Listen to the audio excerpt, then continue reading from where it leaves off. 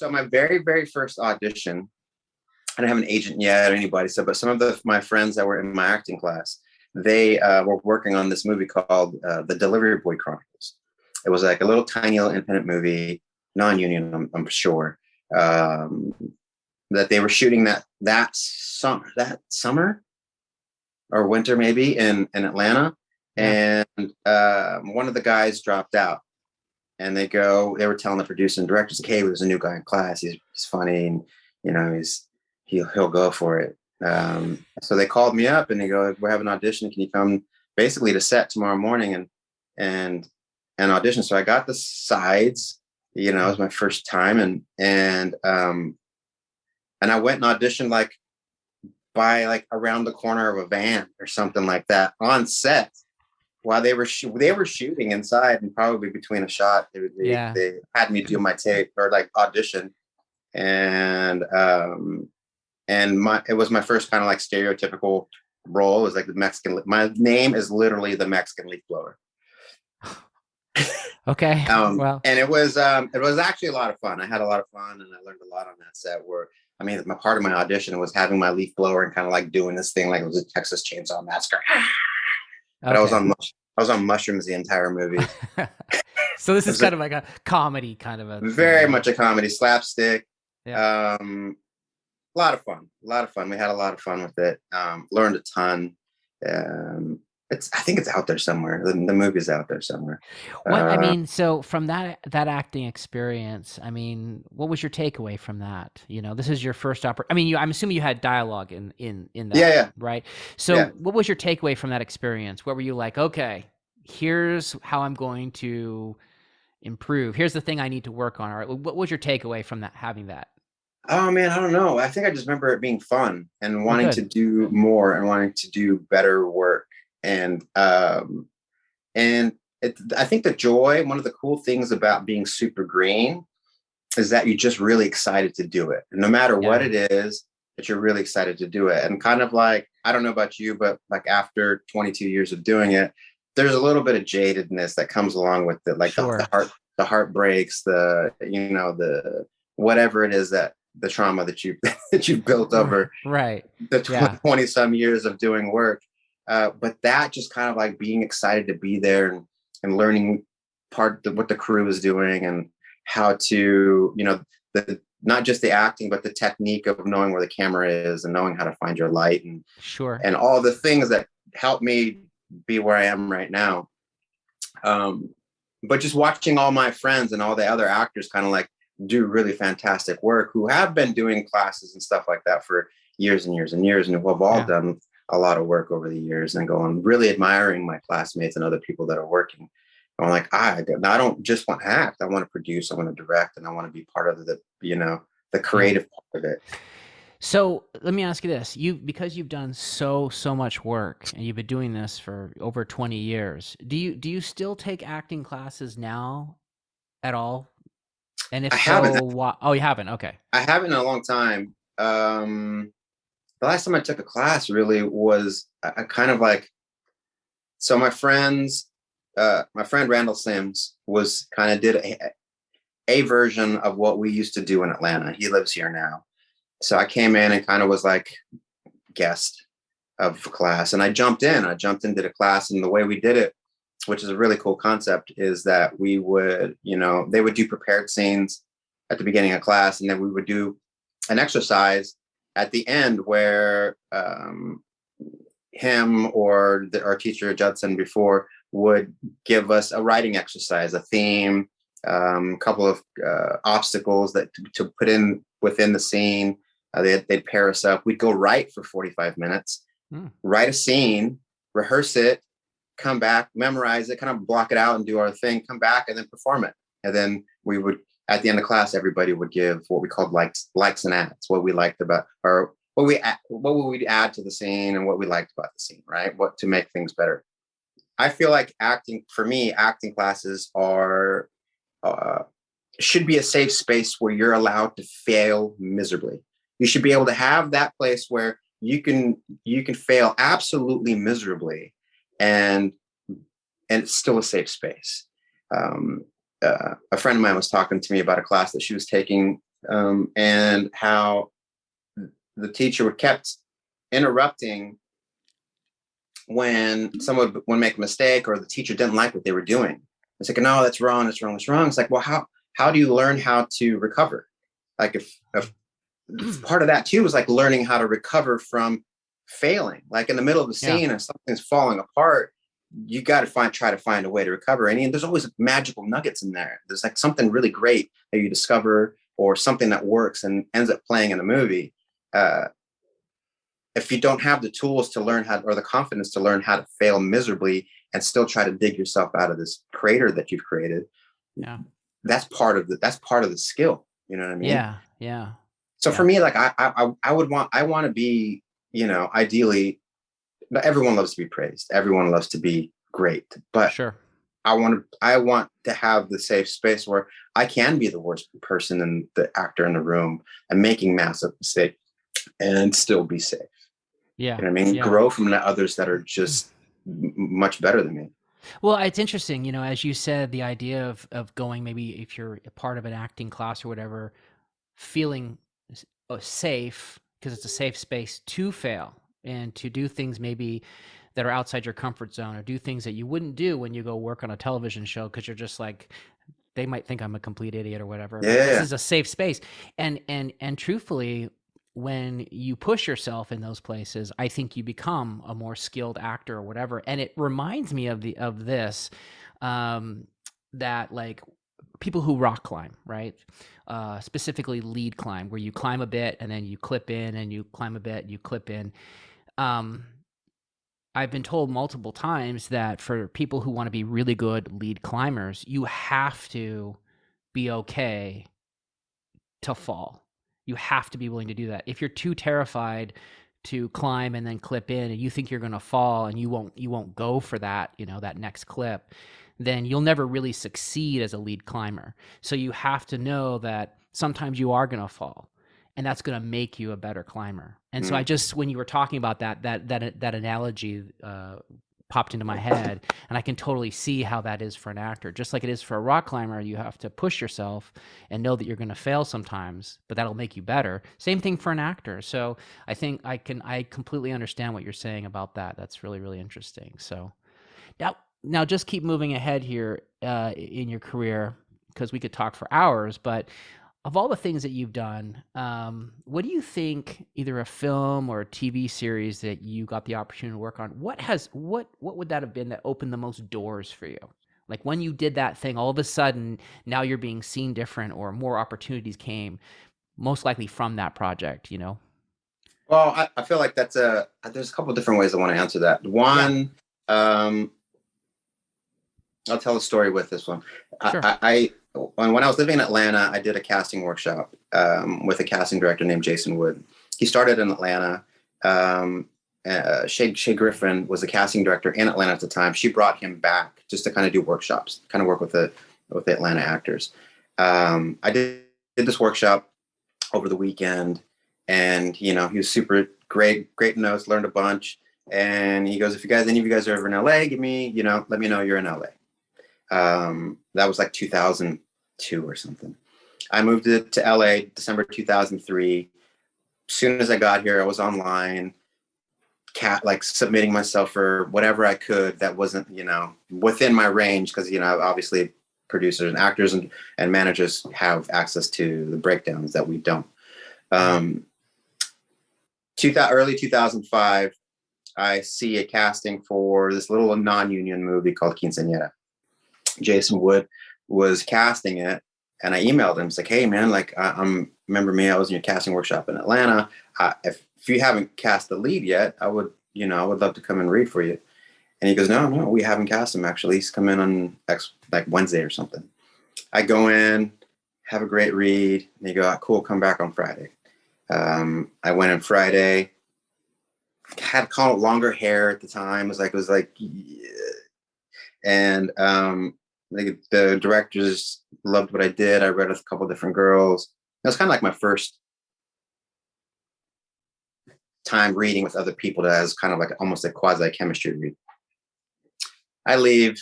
and then they called me later that day and they offered me the part. This movie ended up going to Sundance, winning the grand jury prize, the audience award. I won an Alma award the next year because of the movie for lead actor. That's and It was like me and Emily Rios and me were the leads of this movie. So she was 1, I was 2, but it kind of broke both of our careers. So from then on, like up until 2008, when everything fell apart with the writer strike and economy, everything, I was on a roll. Like I did this movie called Days of Wrath that probably would have made me a household name that never came out. $15 million action movie that never came out. And it was actually good. A lot of great names: Jeffrey Dean Morgan, Wilmer Valderrama, Lawrence Fishburne was in it. Taye Diggs was in it. Like solid cast. Yeah, solid cast. That bunch of rappers. It was good. And then I kind of cooled down. Like once 2008 hit, I didn't really work for 2 or 3 years because of whatever. And then the other part of how I want to answer this is like I ended up getting cast. I was couch surfing for a long time. Not a lot of people knew that I went from making decent money right after Sundance to, people in the industry kind of knowing who I am. But I was also couch surfing, between 2009 and, 2012. Like I just didn't have any money. But then, 2013 comes around and I booked From Dusk Till Dawn. And that for me, everybody wants to work on a Robert Rodriguez show and kind of like do cool spaghetti westerns and horror.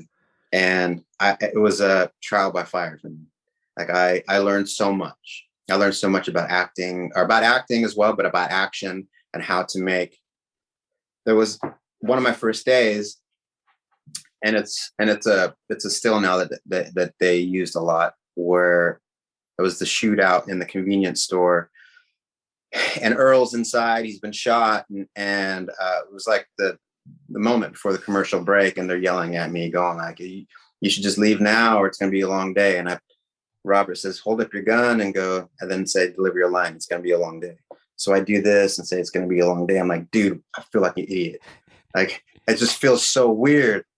And I did it. He goes, come here, come look at the monitor. And I looked at the monitor. I go, it looks really cool. So there's a lot of things that I learned, like small things like that, I always trusted him. I just felt like an idiot. And it's like some of these things, I learned about the spaghetti Western stuff that I applied into the Michael Bay movie that I just did, that kind of saved me from looking like a fool on that movie. Do you find that you get kind of pigeonholed, if you will, into the action realm? Not really, but I'm also not mad. I'm not mad at it either, because I do like doing the action stuff. It's hard. Okay, it is hard. It's very demanding. Hard. Yeah. I just did a Jennifer Lopez movie called The Mother, and I was in Spain, and literally it was 3 weeks of shooting a foot chase. Yeah. And my knees are wrecked. Oh, I'm sure. Yeah, but it was fun. It was a lot of good time. It was a good time. But no, I don't think so. I mean, I have other opportunities where I'm able to do other kind of like the different genre stuff. Yeah. But I'm also built a certain size, and I'm a certain way. So kind of like, I'm able to prove myself that because I'm a little bit more muscular, and I don't necessarily have to just do that. You know what I mean? I can also talk. Yeah. And say things. Yes, right. And you're good at that. You're very good at that too. You're good at running and shooting and saying things. All three. And saying things. It's very good. At the same time, that's good. Sometimes, I have a hard time, chewing gum and talking or walking at the same time. So I'm impressed by the fact that you could do all those things at once and hit a mark and cry and remember your lines and ride a horse all at the same time. Actors are very amazing. They have so many things that they have to be concentrating on. And talking about that, going back to Dusk Till Dawn, what was your takeaway from that? What skill set did you take away from that, as an actor, do you think? It was, you watch, or for me anyway, I watched all, I would watch all his movies. I'd watch certain action movies and action stars. And And Are you talking about so Robert Rodriguez movies right now? Robert, his specifically, Specifically? Yeah. yeah. But then there's like movies like that stuff with like Nick Cage. I think Nick Cage is brilliant. Like no one could do Nick Cage. Nick Cage Yeah. is Nick Cage. Yeah. And I think for what he does, he's really brilliant at it. Like there's no one like the mind of Nick Cage. I can't even imagine what's going on in there. Yeah. But there's like the certain quirks, like I got to do a big fight scene where I would look over my shoulder and kind of glare back at the camera and kind of still look cool and flexing at the same time, and a bunch of like stuff that just makes you look really cool. You know what I mean? Okay, so the takeaway from Dusk Till Dawn is how to look really cool on camera. Yeah, but also and also, so I got cast really quickly. I initially auditioned for it, and then I think he had someone else, and then they fell out, and I had a call back on a Friday, and then had another call back the same Friday with Robert over Zoom, and then, or I think it was Skype at the time, and then I got cast that night, and then I was on a plane on Sunday, 5 a.m. in front of Don Johnson at a cafe diner on Monday morning. Crazy. And it was crazy. And and everyone knew that I got cast so fast that I barely knew my lines. Like I had barely had a chance to read the script. So everyone was really kind to me, and like I even got like a monitor that they would put up a teleprompter to help me out one day. Just like, wow. I literally landed, went straight to Troublemaker, did costume fitting. I did a costume fitting for the entire season because we had to shoot Don Johnson stuff for the entire season in the first week, because that's all the time that they had, that he had. Yeah, so we shot him out. I ended up having to go back and shoot a lot of my coverage like a week or two later. This is the shootout. This is like the shoot at the convenience store and stuff, right? Shoot at the convenience store, stuff in the car, like at the park or something like that. But I had to do a lot of my stuff later, which is, par for the course for Rodriguez. Sure. But like learning quickly. Yeah. I also learned, I learned a lot of confidence in writing and how I wanted to take ownership of a character.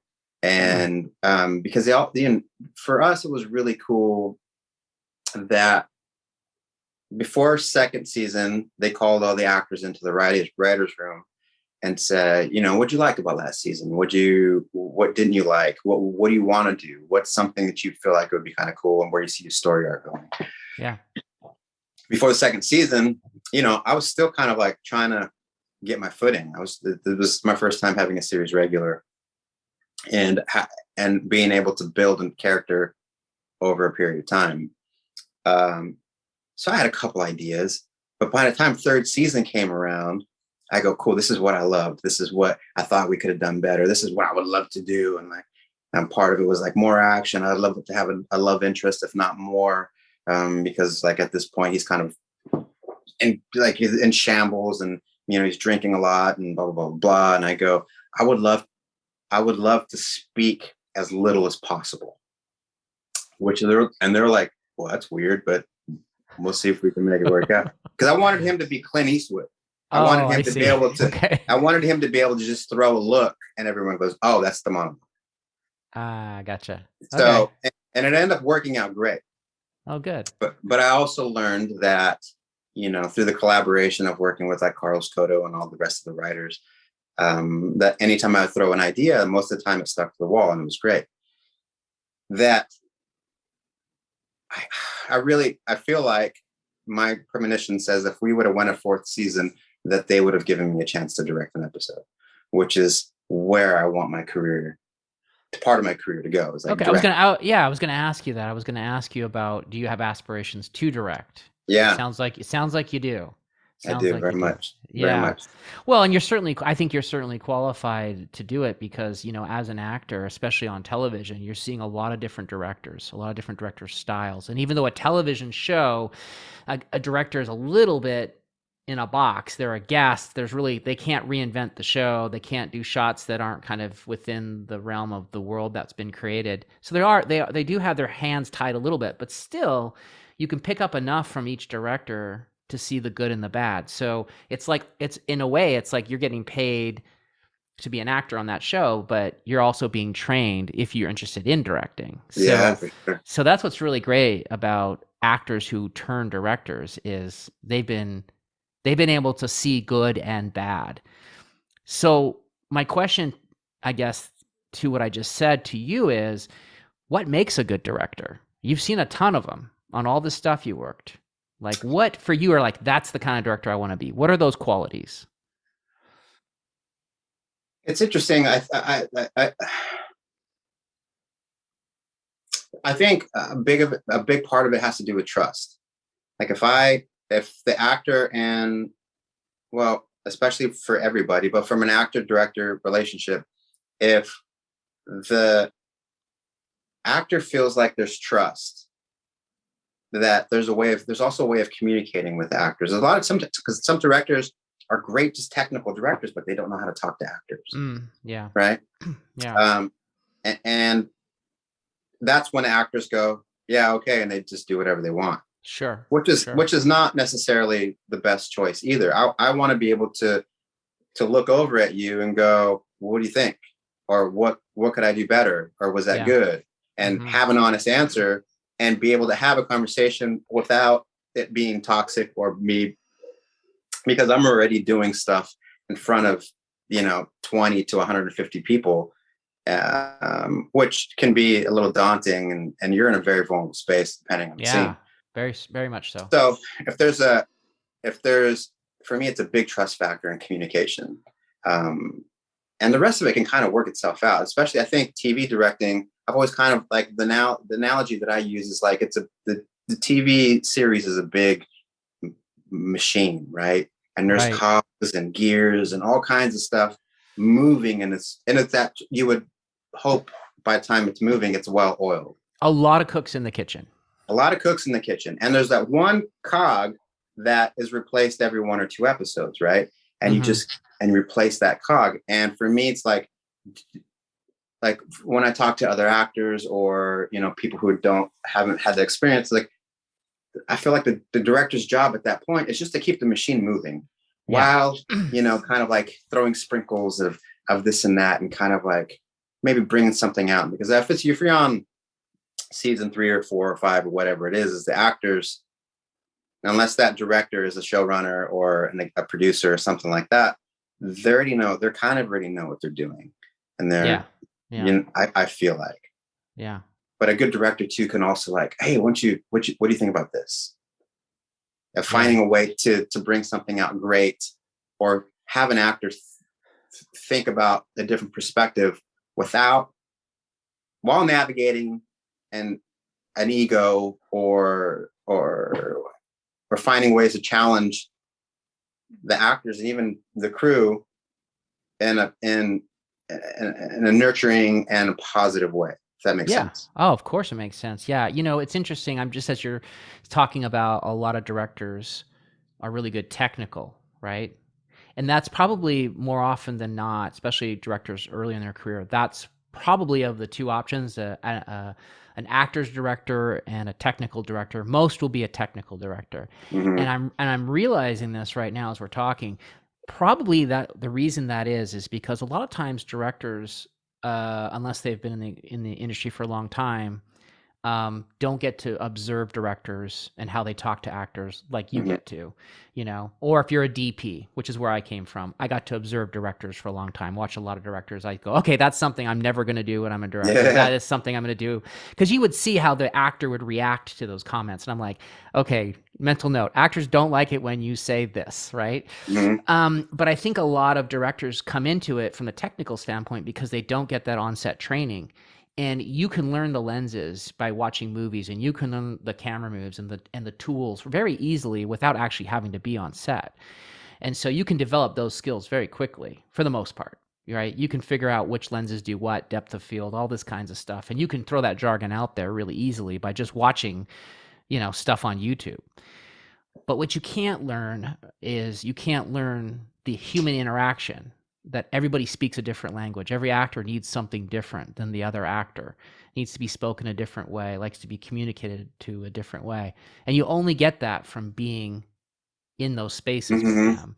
And so I think that's why a lot of directors or a lot of actors will say, I like directors, but they don't direct me very much. They tell me where to stand and what the shot is, but they don't Yeah. tell me much more. And I think that's why. It's just a lack of that experience. And it's something that I've tried to be really aware of. It's like, okay, I come as a DP, figured out the technical part, but I know the actors need more than that. Mm-hmm. And as a director, you've got to put yourself out there. You, like you said before, you got to take some risks and say things, and hopefully you don't fail, but maybe Mm-hmm. you will. Because you've got to figure that out. You've got to learn how to talk the language, and trust, like you said, is a big part of it, because you want to be in a safe place as an actor.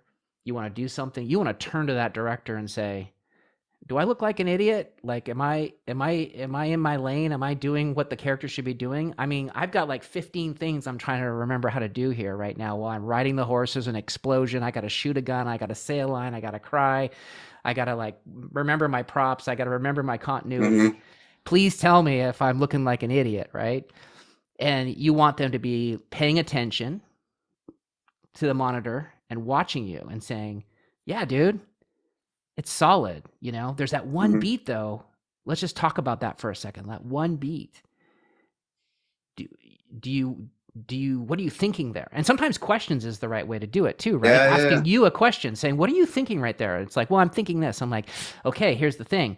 I can't tell that. If that's what you're thinking, we need to find a new way to Mm-hmm. express that or bring that out. And you're like, oh, okay, good. Okay, good. Thank you for that note. And then that was my monologue right there about Yeah. what I think all that entails. But We can talk about this forever, but yeah, there's also different ways of going. Like, how do you like to work? yeah, How do you like to be talked to? Do yeah. you want emotional notes? Do you want technical notes? Do you want me to Right. leave you alone until it's something blaring? What do you want? Right. The preliminary meeting, having that Yeah. moment on the side with the actor saying, how can I help you do your best Yeah. work? Tell Yeah. me a little bit about what works for you. And Yeah. you're like, the minute you call cut, you have to talk to me immediately. I need to know immediately an answer because my thoughts are going to change or whatever. Exactly. Mm-hmm. Yeah. And I think a lot of times directors don't realize how important it is to have that preliminary conversation saying, what do you need? Hey, tell me about you. Like, and actors know, like, they have a good side and a bad side. I can never see it, but they go, oh, my Yeah. right side is much better than my left side. I'm Yeah. like, Yeah. okay, all right, well, we'll try to shoot your right side as much as possible. Yeah.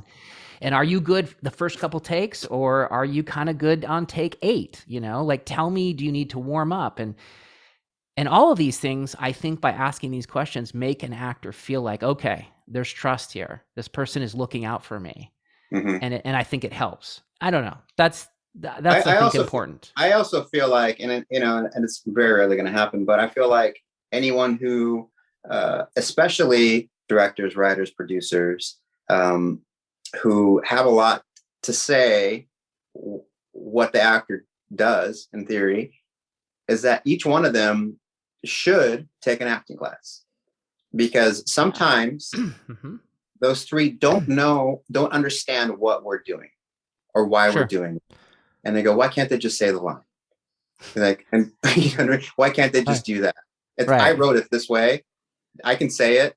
Yeah, you can say it, but do that while we're doing these 15 other things. Right. Right. You know Yeah. what I mean? Yeah. While trying to remember that there's, trauma going on over here because of X, Y, and Z. And I'm remembering something that's going to happen, that happened before, that's going to happen later, blah, blah, blah, blah, blah. You know what I Yeah. mean? So I feel Yeah. like until people really understand what we're going through, I think that's why a lot of actors who become directors, that's why actors like them, because Mhm. they understand. Yeah. You know Yeah. what I mean? Yeah. And when that happens, it's interesting because, after I've directed a handful of films, I've either been the director and the DP or just the director, I have come back and I've been the DP for other directors. Some new, some with some experience. But a lot of times when it's an actor turned director and they've hired me to be the DP, they'll lean pretty heavily on me to really help them with the visual style. They'll Mm-hmm. say, I like these movies. I don't know what's happening in these movies. I don't know what the lenses are. I don't know what's happening. But if you could study this and see what I'm getting excited about, and then when we're there and I'm blocking it, tell me, like, hey, I've noticed you really like it when people do this and we move the camera like this. And you're like, oh my gosh, I do like that. Well, let's do that, Mm-hmm. Um, because sometimes you work with people who are actors turned directors, and they're clueless. You're Yeah, like, what lens yeah, would you like to? You're like, what lens would you like to see? And they're like, I don't know. I just need it to just be a close up. And it's like, well, I can do that on a fisheye, or I can do that with a 200 millimeter lens. yeah, What feeling do you want? And they're like, yeah, I don't know, you know? So it's, and so they have to learn the technical part of it. yeah. So, but as long as you have a strong DP, I think in those scenarios, it's okay to be someone who hasn't figured out the technical part, because you're going to get the performances. You're definitely going to get Mhm, the performances. You just need a DP though, who can make up that difference, you know? mhm. So anyway, it's interesting, but we know that the sweet spot is when you know both parts, right? When Yeah, you know yeah. both parts well enough, that's the sweet zone. And however you're coming at as a director, almost always you're on one end and you're trying to find the center point. You're never usually both at the same time Yeah, when you first yeah, start. So, yeah, yeah. but you're gonna, I think, because I honestly think because you worked with Robert Rodriguez, he's very visual, and you've done so much work as an actor. I really think you probably, when you get your chance to direct, whenever that is, I think you're gonna feel pretty confident in both arenas. I think you probably know your technical stuff because you're like, as an actor, you're like, where is it here? And what lens are you on? Okay, Yeah, got it. Yeah. You probably yeah, asked that question, I yeah, bet. yeah, yeah, yeah. Yeah, I yeah. love to See? shoot too.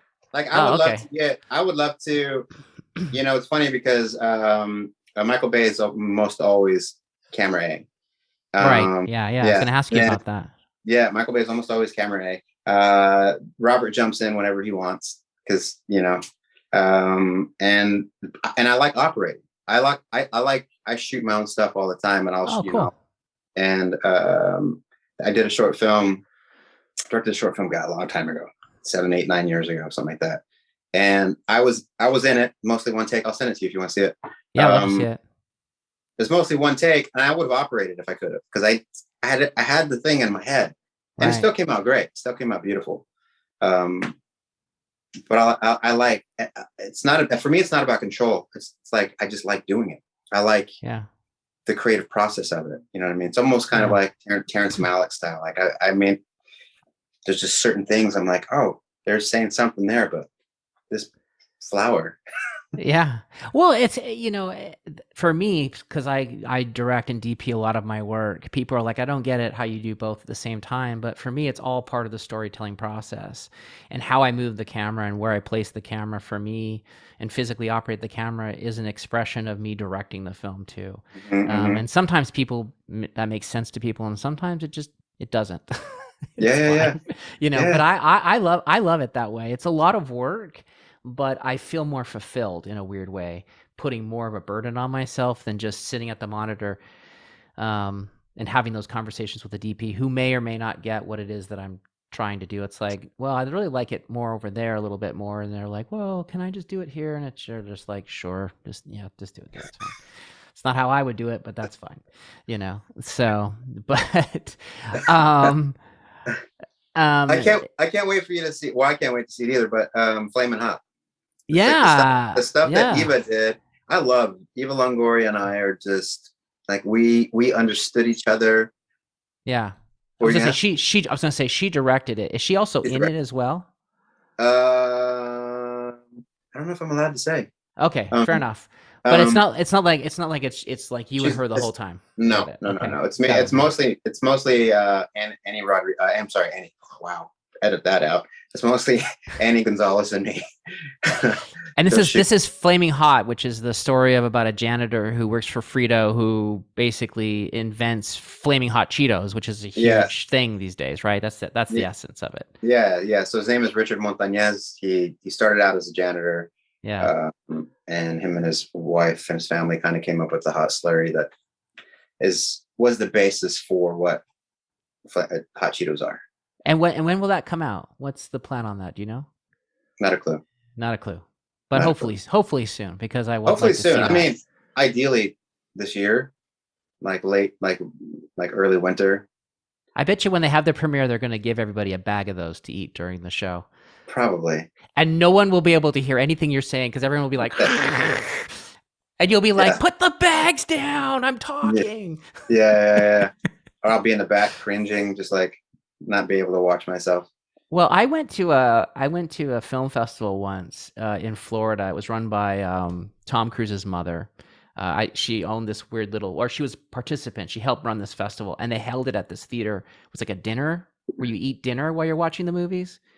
And the whole time my movie was on, people were clanging and drinking and ordering food, and I'm like, nobody can hear my movie. I hate this. Yeah, You yeah, know, we still won surprisingly, but it freaked my brain out. I was like, can everyone just not eat right now and just watch the movie? yeah. But anyway, well, when you get to direct your first feature, what genre would you like to do?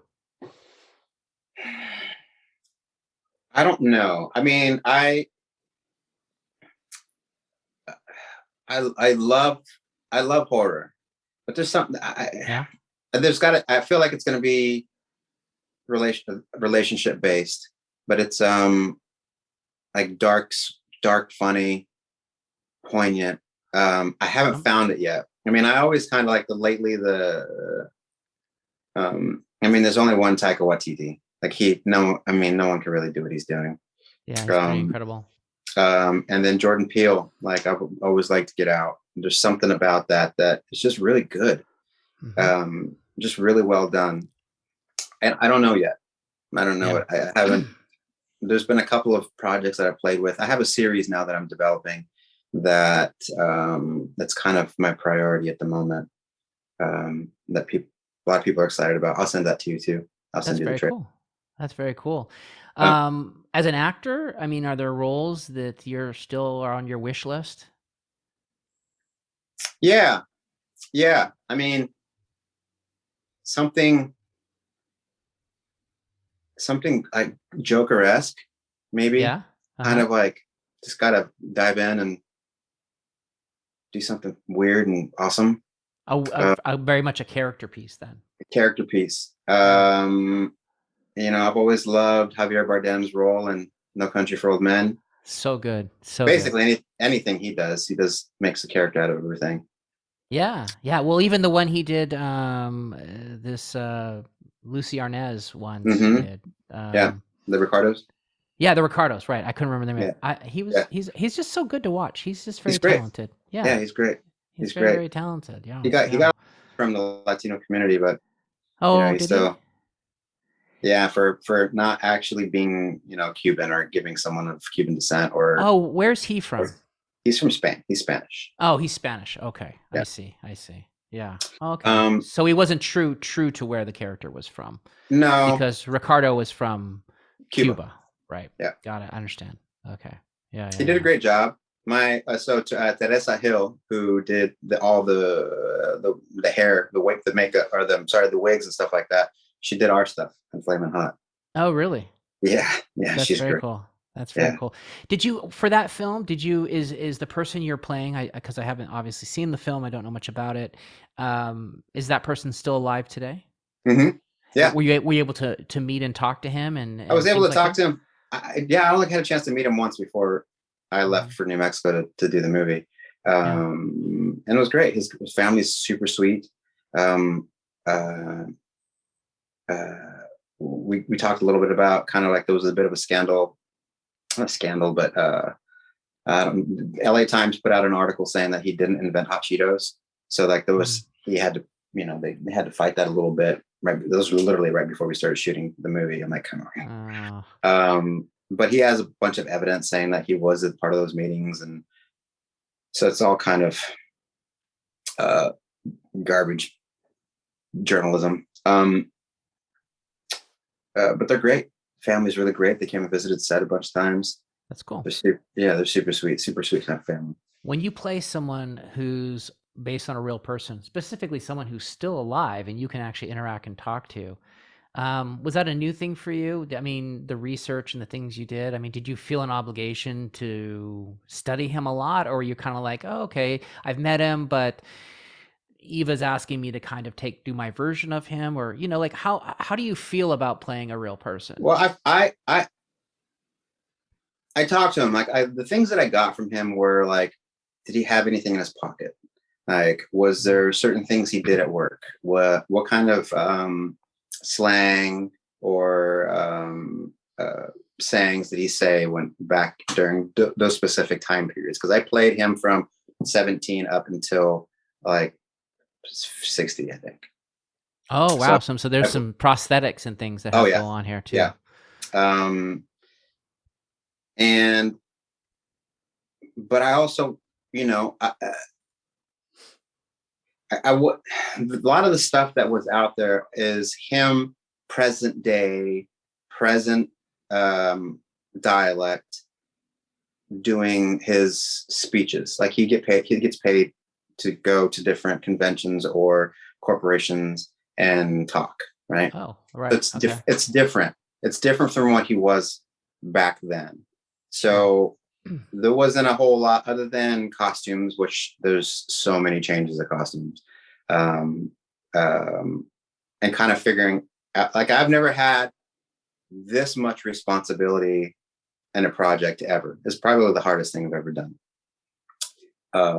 Because it was like there would be days where it was still a fairly low budget for a studio picture and a period piece.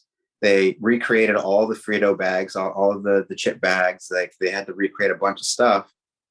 Like remember the clear bags that you could actually see the chips? Yeah. Right. Yeah. Yeah, they recreated all of those things. Like Oh so, wow. it all looks really great. They made a factory out of. We shot in Albuquerque, New Mexico. They made so that I don't know what the Albuquerque Tribune or whatever the newspaper used to be. They converted that newspaper printery, whatever it's called, into the Frito-Lay factory, and it looks Oh, great. It looks so that's good. cool. They made functioning kind of machines to make it look good, and they'll fill the rest of them with CGI, whatever. But this is the most work I've ever had to do, as far as the amount of dialogue. As far as during the day, I would have to change wigs and looks most often once or twice. I Wow. would wake up. I'd be there first thing with hair and makeup, which would take an hour to do everything, an hour and a half. I think I got down to about an hour. How long did it take you? How long did it take you to shoot the show? Is this like a 30-day shoot? Is this like a longer day thing? Like 7 weeks shooting, 7 weeks. So 35 days, probably 5-day weeks, something probably like something that. like that. Yeah, So something. even though in the independent world that sounds like a lot of days, when it's bigger like this with all the costume changes and the wigs and all the things and the prosthetics, 35 days, you still have to hustle. Yeah, and we weren't You're still shooting moving. super long days. Like we'd try to get out of there by 12-hour days. Oh, good. So not Yeah, really any overtime, which is nice. not a ton. There'd be some every now and then. There'd be Yeah. occasional push call. The crews, like they Yeah. always work harder than everybody else, Yeah. especially transpo. But I didn't, and to answer your question, I kind of did mine, and we found a happy medium with the dialect, with the accent that I used. Because we played the testing process. I auditioned a couple different times and then tested with Annie and whoever chemistry reading. So over time, yeah, we did a bunch of kind of like research and workshopping a little bit, and Eva and I kind of talked about it a lot. And it was the first time also that she asked me my opinion, because a lot of times you go into a show and movie, you're like a director, you're a cog in the machine, and it's either you're someone who's giving exposition and kind of moving the story along, or you're a side character, which I have other things to talk about that. But she asked me my opinion. I got a lot of input. Her and I would, if we found something on the day that was on the page that wasn't working, we'd find a way to rewrite it to make things flow. So I loved working with her. I loved working with everybody on that show. But even we found a lot of commonality, not just as director and actor, but as friends and people. And she's just her like she's one of the most special people in my life now. And I've known her for years, but we didn't have a chance to really be friends until we started working together. It's great. Yeah, Yeah. and being that she's an actor who's seen a lot of different directors, she probably knew immediately, what she needed to help you with and talk your language and Yeah. make it a good experience for you, so that you were bringing your best work. That you were willing to put yourself out there and felt comfortable in the character. She was so prepared. So prepared. Like Yeah. So prepared. Like the stuff, she knew what she wanted. She had ideas, and she was also flexible and malleable. And Federico, who was her DP, they had such a great vision, and the Von Franklin, who's a producer on it, was telling us a story about how she was the only one that came in there that prepared and never seen somebody that prepared for the pitch to, basically audition to be the director. That it was mind blowing. Like it was the stuff that she's been directing for 10 years, but nobody really knows. You know what I mean? So she's been preparing for this. And now I call this a movie of underdogs. One, because Eva has, she's still recognized a lot from Desperate Housewives, right? She's a TV actor that has done a bunch of movies, but that's how she was first recognized. Right. Devon Franklin, who is, used to be a studio exec, but he's a Black producer producing a Latino film. And then there's me, who I've been doing this for a long time, but still, I'm not a household name in the studio. I've never led a big movie, so I'm an underdog. And Annie, who's been in a bunch of things, but she's kind of like in the same position as me. She's kind of newer to the game, and she's number 2. So it's a movie of underdogs, and the movie's about Richard Montañez and his family, who are also underdogs. So it's like this, the whole story behind the movie itself is not just Richard alone. I think it's pretty incredible. And I think what we accomplished is pretty great. Now, being the lead of the show, I'm assuming you're number 1 on the call sheet. Mm-hmm. And that comes with some responsibilities. Oh yeah. Yeah. So for those that are listening that are going, why does it matter if you're number 1 or number 7 or whatever on the call sheet? I think when you see someone's name at number 1, that's the person that carries a lot of the responsibility, if you want to call it that, of setting the tone on set. Oh yeah. Right? And I mean, the director does too, no question. But like for you, when you're number 1 on the call sheet, what are some things that you do to help make the tone on set be the way that you think it should be? I think the main thing is just be nice. Mm-hmm. Just be nice. Like whether I'm having a bad day or I dieted for that movie, and I was like calorie deprived, and I wasn't skinny by any means, but I was smaller than I am now. I was long hours, lots of responsibility. I was tired a lot. It's comes along with it. I was still learning how to be on set and ready to go 12 hours a day at any point. Right. And we have, it's the middle of COVID. It's like there's masks, there's all these things, having to take care of makeup, and there's a lot of people touching and poking and prodding constantly. Yeah. Like I'm never not being touched. So there's a lot, whether you believe in energy or not, there's a lot of energy being poked and pulled and prod, and there's a lot going on. So for me, it's just being nice, being pleasant, being grateful that everyone's there to, like, if you're all the actors, doesn't matter if you're 22 on the call sheet, they're there to take care of you.